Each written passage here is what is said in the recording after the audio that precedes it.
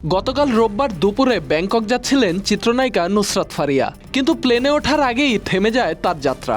ঢাকার হযরত শাহজালাল আন্তর্জাতিক বিমানবন্দরের ইমিগ্রেশনে বাধা, এরপর গ্রেপ্তার। অভিযোগ একটি হত্যাচেষ্টা মামলা। আজ সোমবার আদালত তাকে কারাগারে পাঠানোর নির্দেশ দিয়েছে। দেশে বইছে দুই ঝড়, একটি প্রাকৃতিক, আরেক ঝড় শিল্প, রাজনীতি আর বিচার ব্যবস্থার বিশ্বাসযোগ্যতা নিয়ে। প্রশ্ন একটাই, নুসরাত ফারিয়ার মামলা কি একজন অভিনেত্রীর নাকি একটি ব্যবস্থার? শিল্পী মহলে, সামাজিক মাধ্যমে এবং জনগণের মধ্যে তৈরি করেছে প্রচণ্ড প্রতিক্রিয়া।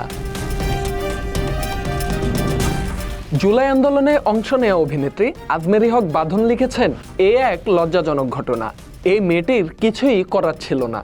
এ ধরনের সিস্টেম আমাদের অধিকার কেড়ে নিচ্ছে। অভিনেতা খায়রুল বাশার লিখেছেন, একজন অভিনেত্রী তার চরিত্র অনুযায়ী অভিনয় করেছেন, এতে রাজনীতি নেই, কিন্তু তাকে ঘিরে রাজনীতি হচ্ছে। তাহলে ভবিষ্যতে রাষ্ট্রীয় আয়োজনেও কি শিল্পীরা অংশ নিতে পারবেন না? নির্মাতা শিহাব শাহীন বলেন, একটি চরিত্রে অভিনয় করেই তিনি স্বৈরাচারের দোসর হয়ে গেলেন। তরুণ র্যাপার তাবিব লিখেছেন, একটি সংলাপ, একটুখানি আবেগ আর একটি চরিত্র, এসব দিয়ে একজনকে খুনি বানানো বিচার নয়, এটা ভয়ঙ্কর প্রহসন। পরিচালক শরাফ আহমেদ জীবন বলেন, আমাকে ডাকলে আমিও যেতাম, তাহলে কি আমাকেও গ্রেপ্তার করা হতো? নুসরাত ফারিয়া শেখ হাসিনা চরিত্রে অভিনয় করেছিলেন মুজিব সিনেমায়। এই সিনেমাটি প্রযোজিত ও পরিচালিত হয়েছিল সরকারি তত্ত্বাবধানে।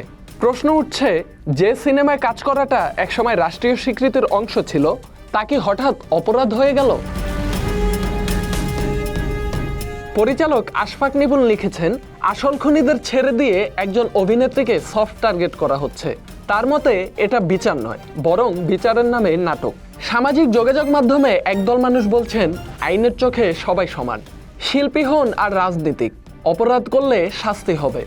অন্য পক্ষ বলছে এটা রাজনৈতিক প্রতিহিংসা, যেখানে একজন শিল্পীকে ব্যবহার করা হচ্ছে রাজনৈতিক বার্তা দিতে।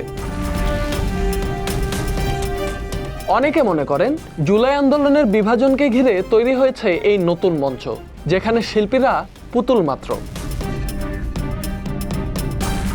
Dhaka express desk report.